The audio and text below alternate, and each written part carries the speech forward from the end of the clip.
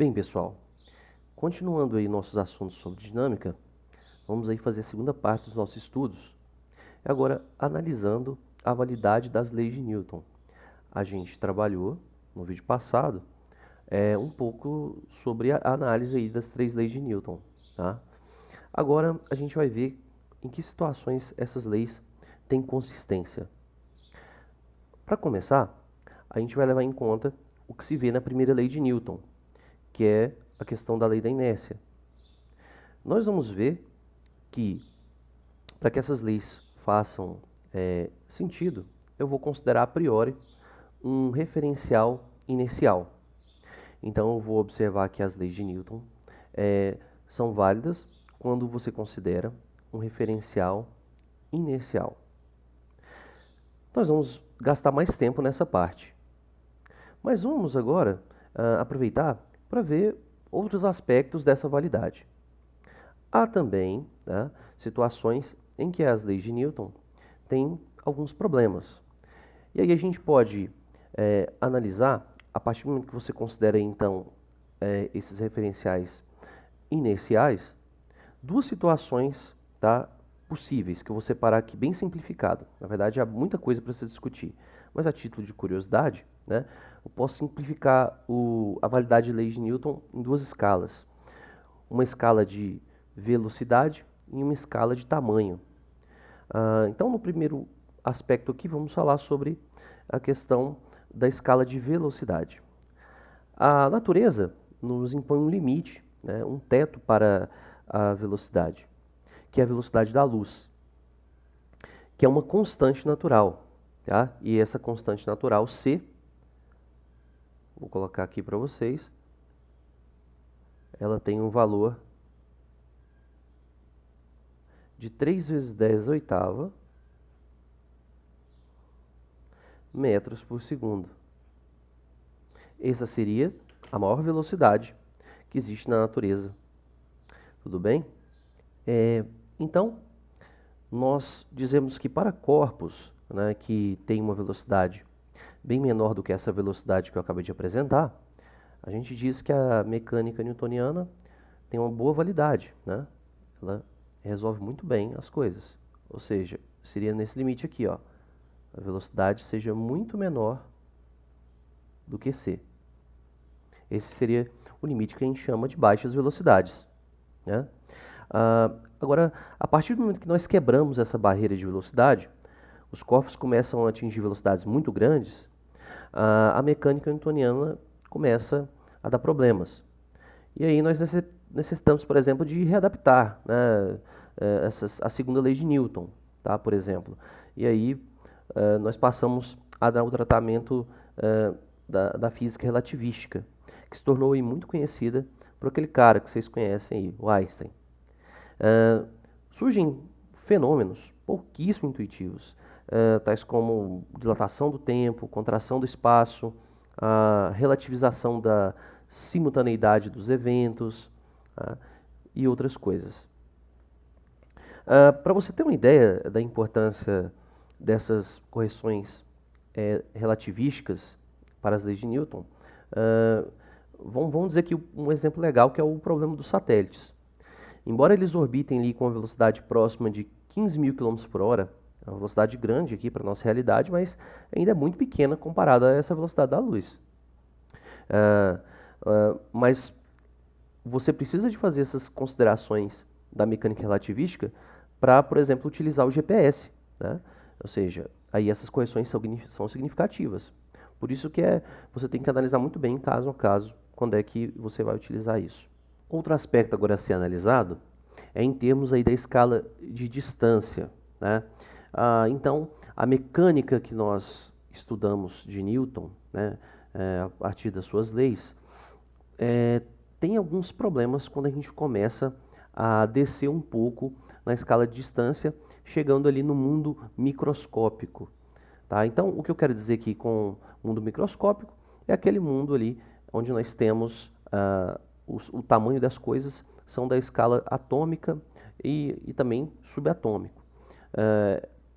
Por isso que eu digo aqui, com essa expressão, que dimensões macroscópicas, isso aqui tem que tomar muito cuidado. Eu estou dizendo isso aqui para justificar que essas dimensões macroscópicas, onde essas leis se têm um bom comportamento, eu digo aquele mundo que a gente enxerga, tá? O mundo subatômico que a gente não enxerga, ele começa a ter problemas, né? E aí, enquanto a mecânica de Newton ela é determinística, em que sentido? Uma vez que você conhece ali as forças que agem sobre um corpo, um sistema de corpos, você tem ali a descrição completa, você sabe ali o futuro de tudo que vai acontecer. Nas dimensões microscópicas, o mundo começa a ficar mais probabilístico, né? Ou seja, as coisas começam a ter um caráter diferente. A gente pode trabalhar aqui nessa escala de distância quando, por exemplo, você coloca aqui, existe para descrever a mecânica quântica, para vocês terem uma ideia, nós temos um caráter ondulatório da matéria. E aí, quando esse caráter ondulatório começa a ficar muito importante, aí a descrição não se dá mais aí pelas leis de Newton. E por isso que eu faço um ressalvo sobre essa questão de dimensões macroscópicas, porque isso é muito relativo também, porque quando você vai aí para estudar planetas também, no qual também as leis de Newton foram fundamentais para descrever, por exemplo, o movimento de asteroides, cometas, planetas, né? Mas, por exemplo, tem exceções. O caso da órbita de Mercúrio, que é o primeiro planeta do nosso sistema solar. A órbita dele tem características que não conseguiram ser explicadas por essas leis de Newton. E ele é um objeto macroscópico, um objeto grande, né? Só que aí veio o Einstein com a sua teoria geral da relatividade e conseguiu descrever essas características aí que estavam faltando, essas peças. Portanto, pessoal, há vários contextos das validades das leis de Newton. E o que a gente fez aqui foi discutir um pouco sobre isso, tá? Então vamos discutir um pouco sobre o que é um referencial inercial. Nós vimos ali anteriormente que a lei da inércia, ou seja, a primeira lei de Newton, diz que se nós não tivermos forças resultantes sobre um corpo, né, forças externas, que atuem gerando uma resultante, este corpo vai permanecer em repouso ou em movimento retilíneo e uniforme. Isso, pessoal, indica que existe então algum tipo de referencial que é o que eu chamo, né, de referencial inercial. Então, a primeira lei de Newton, de certa forma, prevê a existência de referenciais, né, que não estão acelerados. Então, vou definir referencial inercial como um sistema de coordenadas, né, para o qual essas leis de Newton devam aí ser válidas. E o mais importante é que existe uma equivalência entre referenciais inerciais. Ou seja, nós vimos que a primeira lei não faz distinção de um referencial que esteja em movimento retilíneo uniforme ou que esteja em repouso. Isso diz que qualquer referencial inercial, né, ou seja, quaisquer que eles forem, eles são equivalentes entre si. Ou seja, a descrição que você vai fazer no referencial inercial deve ser igual em outro referencial inercial. Ou seja, se você descreve no seu referencial um movimento e você estiver parado, se tiver outra pessoa descrevendo esse mesmo movimento no referencial em movimento retilíneo uniforme, a descrição que vocês dois vão obter tem que ser exatamente a mesma. Então, sintetizando essas ideias, os referenciais inerciais, a grosso modo, são aqueles que não estão acelerados. E para esses referenciais não acelerados, eles servirão de base para que a gente construa aí uma base para as leis de Newton, para quais essas leis funcionem.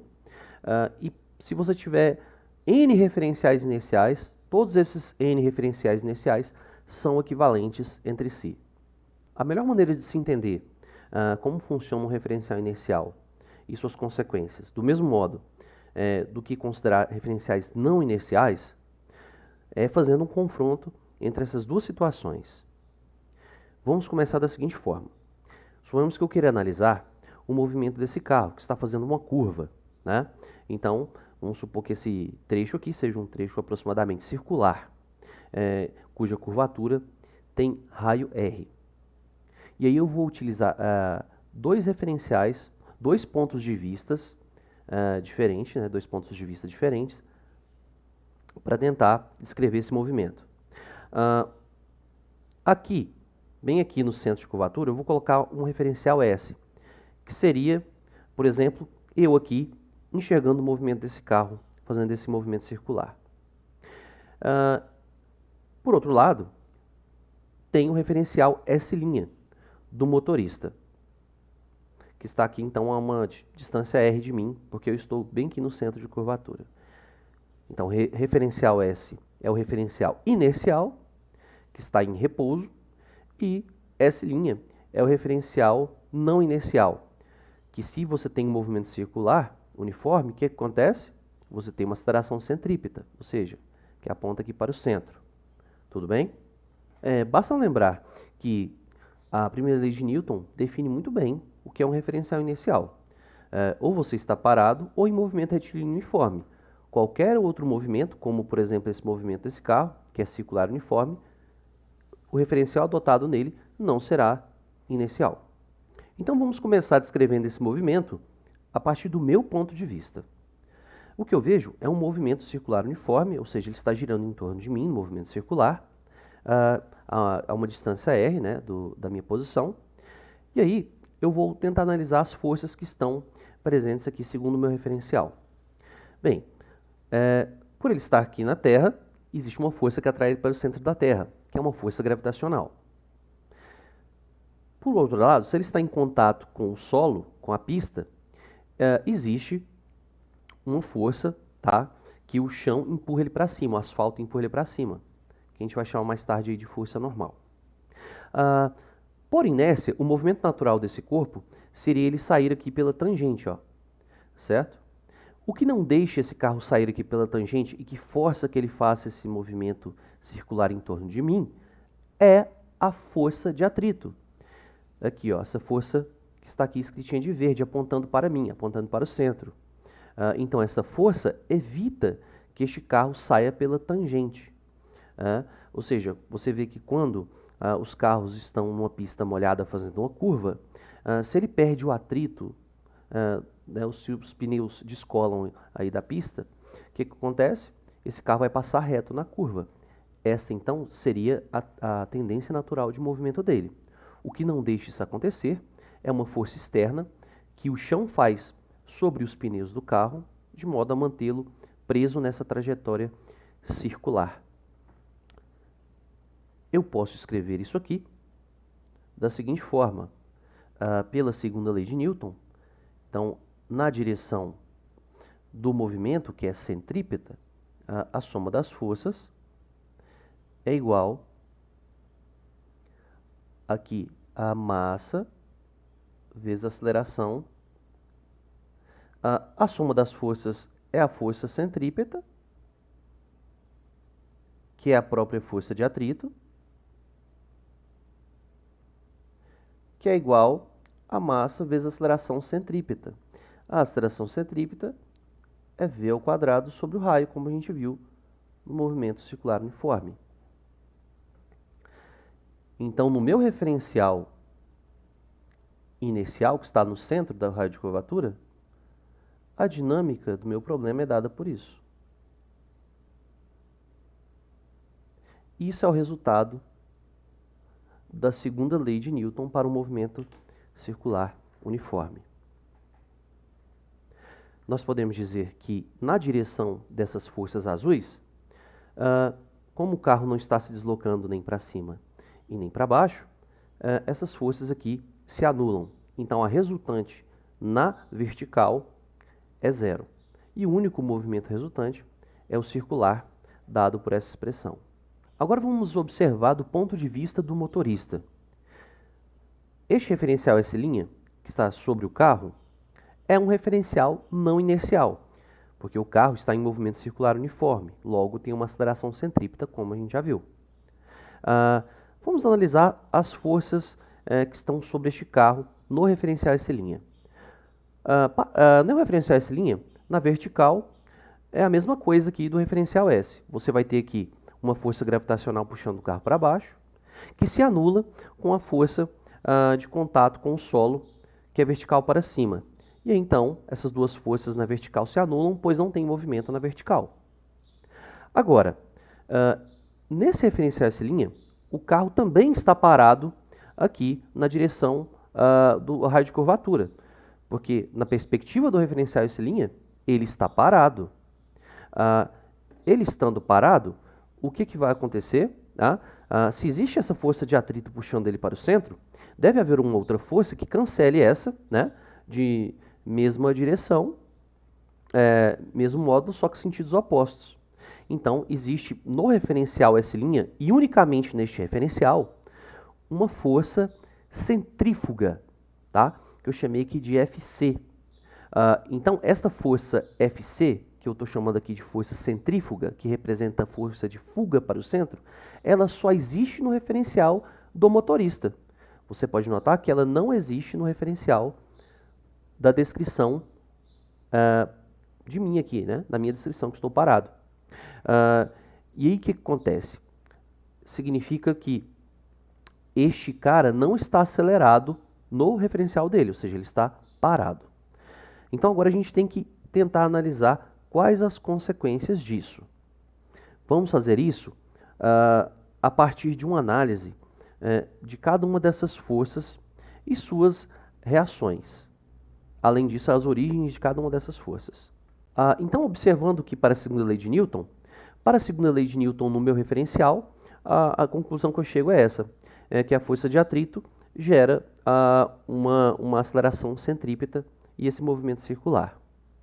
Na visão do motorista, ele está parado, ou seja, a soma de forças sobre ele é zero.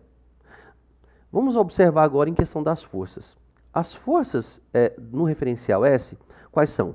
A força normal, que é uma força que nós vamos ver depois que tem origem eletromagnética, né?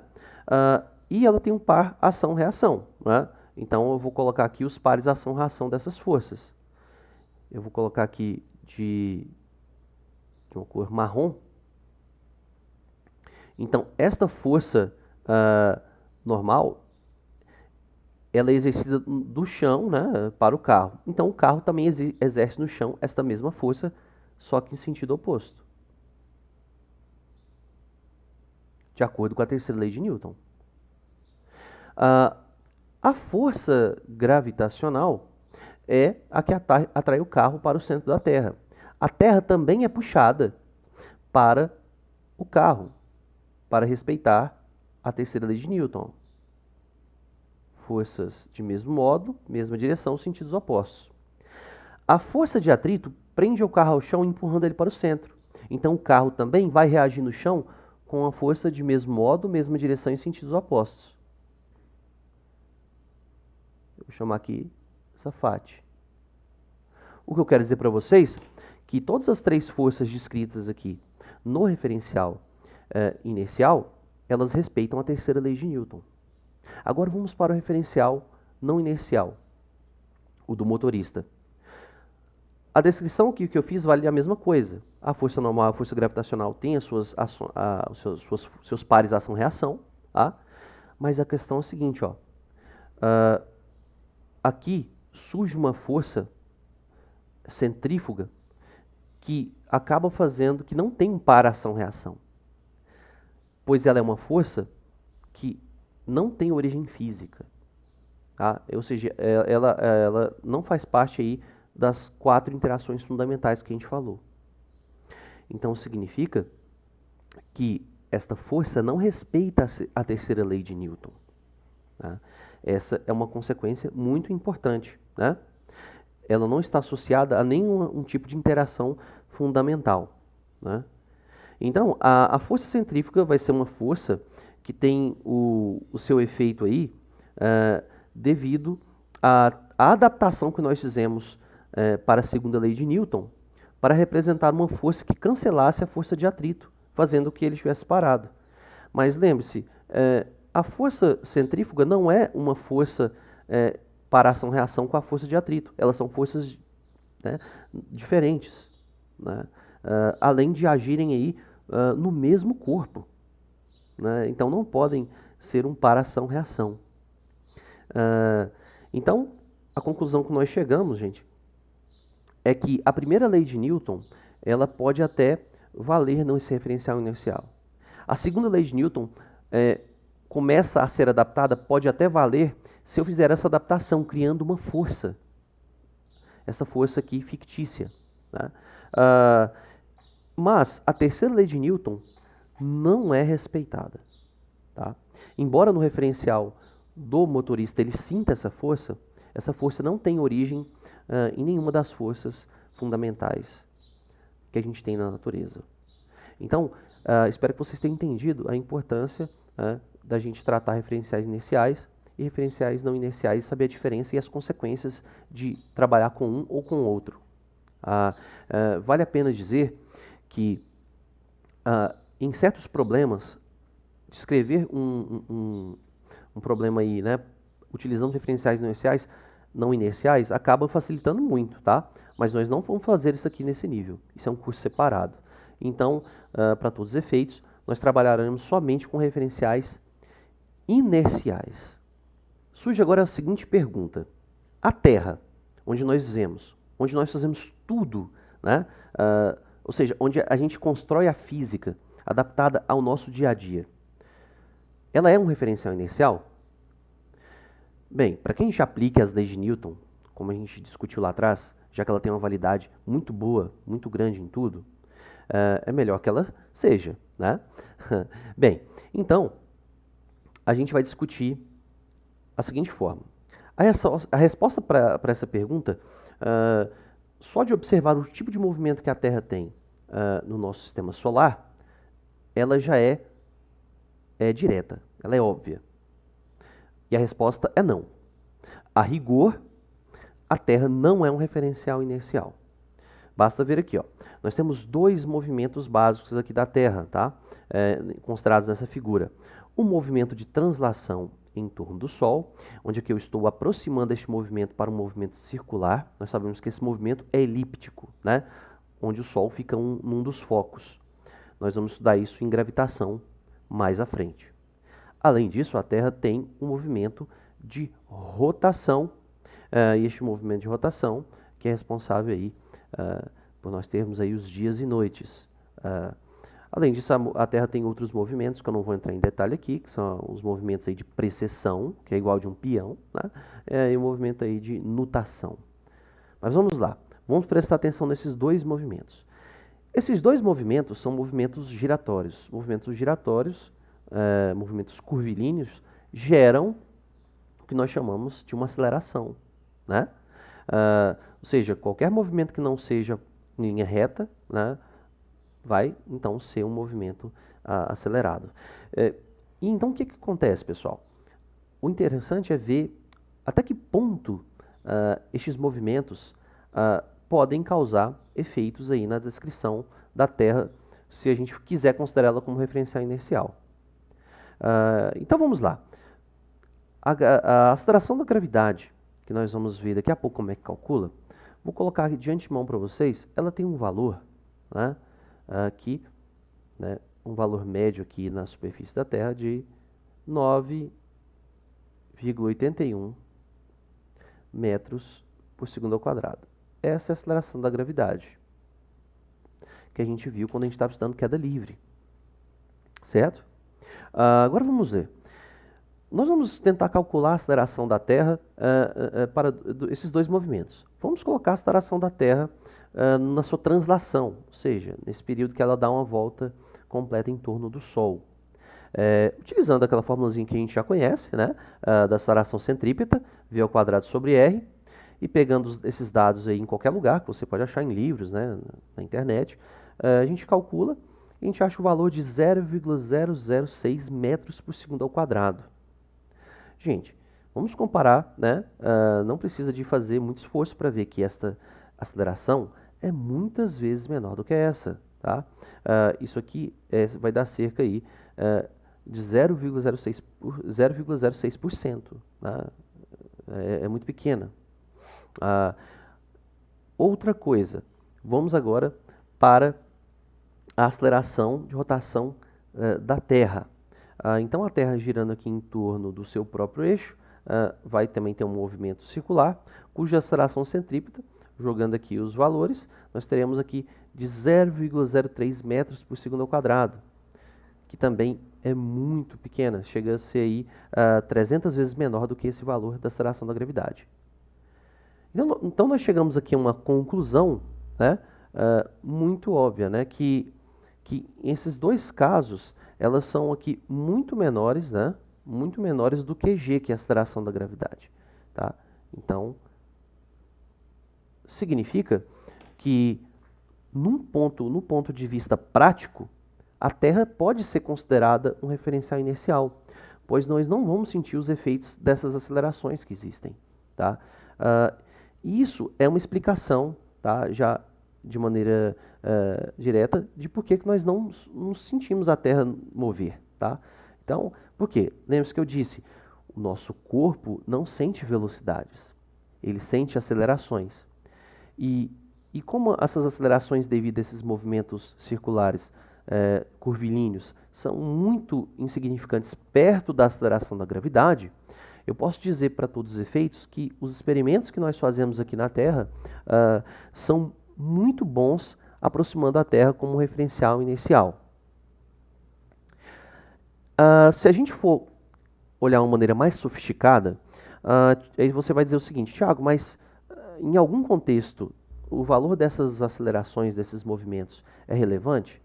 Bem, gente, nós poderíamos dizer o seguinte, existem forças aí, como por exemplo a força que a gente fala que é centrífuga aí de rotação da Terra, que vai gerar efeitos, por exemplo, no peso do seu corpo, né? E vai fazer com que haja uma gravidade efetiva, né? Que não apontaria para o centro da Terra exatamente, mas é quase lá, né? É muito próximo. Né? Um outro efeito interessante seria o efeito da chamada força de Coriolis, que ela, na verdade, tem uma influência também muito pequena, né? Por exemplo, no movimento dos corpos, em vez de eles caírem em linha reta, como a gente estudou em queda livre, ele vai fazer um movimento assim que para você ter uma ideia, a cada 100 metros de altura, ela varia, né, na direção aí da latitude da Terra, ou seja, do oeste para o leste, uma diferença de 2 centímetros. Ou seja, é irrelevante. Né? Até a força dos ventos tem uma influência maior. Né? Então, feitas essas discussões, a gente pode aqui deixar claro para essa pergunta. A Terra não é um referencial inercial, mas para todos os efeitos dos nossos estudos, ela é em boa aproximação, muito boa aproximação, um referencial inercial, sim, tá? A gente pode considerar.